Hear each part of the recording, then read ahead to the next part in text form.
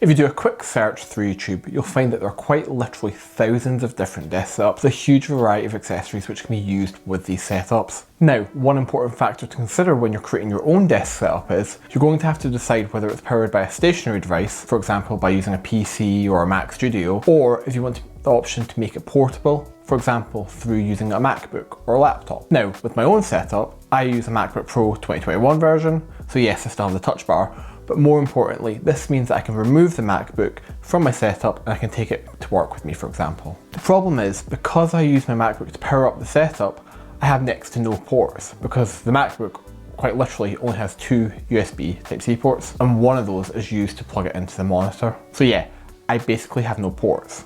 And this means I have to use a docking station. Now, a docking station is hardware that increases the capabilities of a laptop or a MacBook by enabling it to connect to multiple peripheral devices. And also, typically it allows it to connect to more than one monitor. Essentially, it acts like an expansion port as it provides extra data ports which give the laptop more features whilst also providing power to the laptop, so that it remains charged. Now typically, docking stations come with lots of different ports, ranging from USB Type-A ports to USB Type-C ports to HDMI ports to SSD card readers and many more. And each docking station will have slightly different variations on these and slightly different capabilities. But basically, a docking station should allow you to use a keyboard, a mouse, external monitors, and external storage with your laptop or your MacBook. It also stops you needing lots of clunky adapters and dongles. Instead, all you need is this all-in-one docking station on your desk. So it significantly reduces your clutter. So now that we've covered what a docking station is and why they're really useful,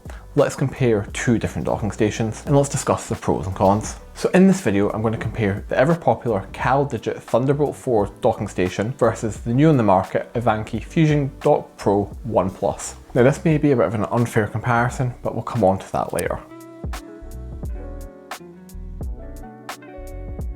So let's start with the whole point of a docking station, the ports. Beginning with the CalDigit 4. On the back of the CalDigit, you have a Thunderbolt port, which is where you plug in either your laptop or your MacBook and where you can expect your device to remain charged. This is because the CalDigit docking station offers up to 98 watt charging depending on your choice of laptop or MacBook. Now this is pretty good compared with other docking stations. In saying that, iVanky's FusionDock Pro1 isn't too bad either, offering 96 watt charge for a MacBook. So it's fairly safe to say with both of these docking stations you're not going to have any issues with charging your device at your desk setup. Now let's move on to the Ethernet port. Again, both the CalDigit 4 and the FusionDock Pro1 offer 2.5GB Ethernet connection, and again, this is considered good when comparing them to other docking stations out there. In terms of Thunderbolt 4 ports, the CalDigit 4 wins this hands down. It offers 3 Thunderbolt 4 ports with up to 40GB per second transfer speeds. The FusionDock Pro1 on the other hand, well, it doesn't have any Thunderbolt ports. The FusionDock does have 2 USB Type-C ports with up to 10GB per second transfer speeds. Again, this is outclassed by the CalDigit 4,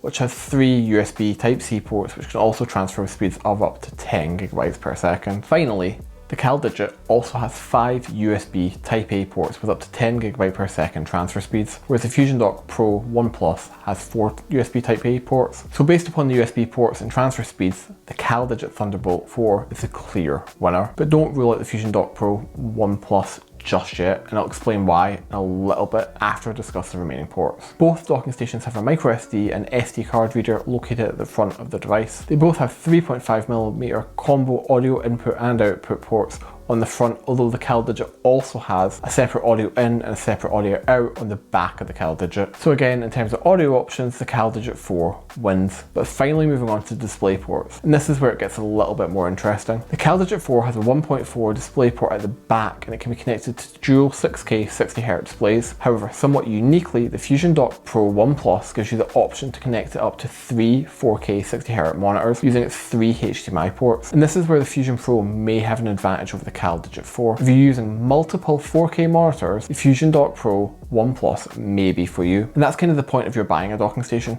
You should look at all the ports offered and decide which ones are going to be the most beneficial to you and the most beneficial to your specific desk setup, because the choice is likely to be different for each person. I should also probably point out there is a massive difference in price between the CalDigit Thunderbolt 4 docking station versus the iVanky FusionDock Pro1. The CalDigit 4 currently costs $399.95 if no discounts are available, whereas iVanky's FusionDock Pro1 Plus is $299.99. You're going to save yourself about $100 with the FusionDock Pro1 Plus. And if you use my discount code, which I'll link in the description down below, you can get yourself 10% off that price. However, I should also mention that the FusionDock Pro1 Plus is only compatible with Mac, so it's basically only compatible with the MacBook M1, M2, M3 series, as well as the previous Intel iterations of the MacBook. The CalDigit TS4, on the other hand, is compatible with both Windows devices and Mac OS. I guess this isn't the most important thing to consider when you're looking at docking stations, but given it does sit on your desk and it is an eyesight when you're working, it is a factor when deciding which docking station to purchase. So the CalDigit TS4 is basically designed to look like a grey metal box. That's to say, it doesn't look particularly interesting, although it's fair to say it's well built and it's not the worst design in the world. You have the option of getting it to sit on your desk vertically or horizontally, and you can do that by adding the silicone rubber feet to these grooves on the side of the CalDigit. This stops it slipping from your desk. The Thunderbolt port, which is used to plug the TS4 into your device, is located at the back, which I find helps to keep the wire off the front of your desk. The FusionDock Pro1 Plus, on the other hand, is made entirely from plastic and is notably lighter than the TS4. Because of this, it does feel a bit cheaper, and it comes in a sort of gunmetal grey colour, which I think goes quite well with my desk setup. Somewhat uniquely, the port to plug into the MacBook is located on the side of the device.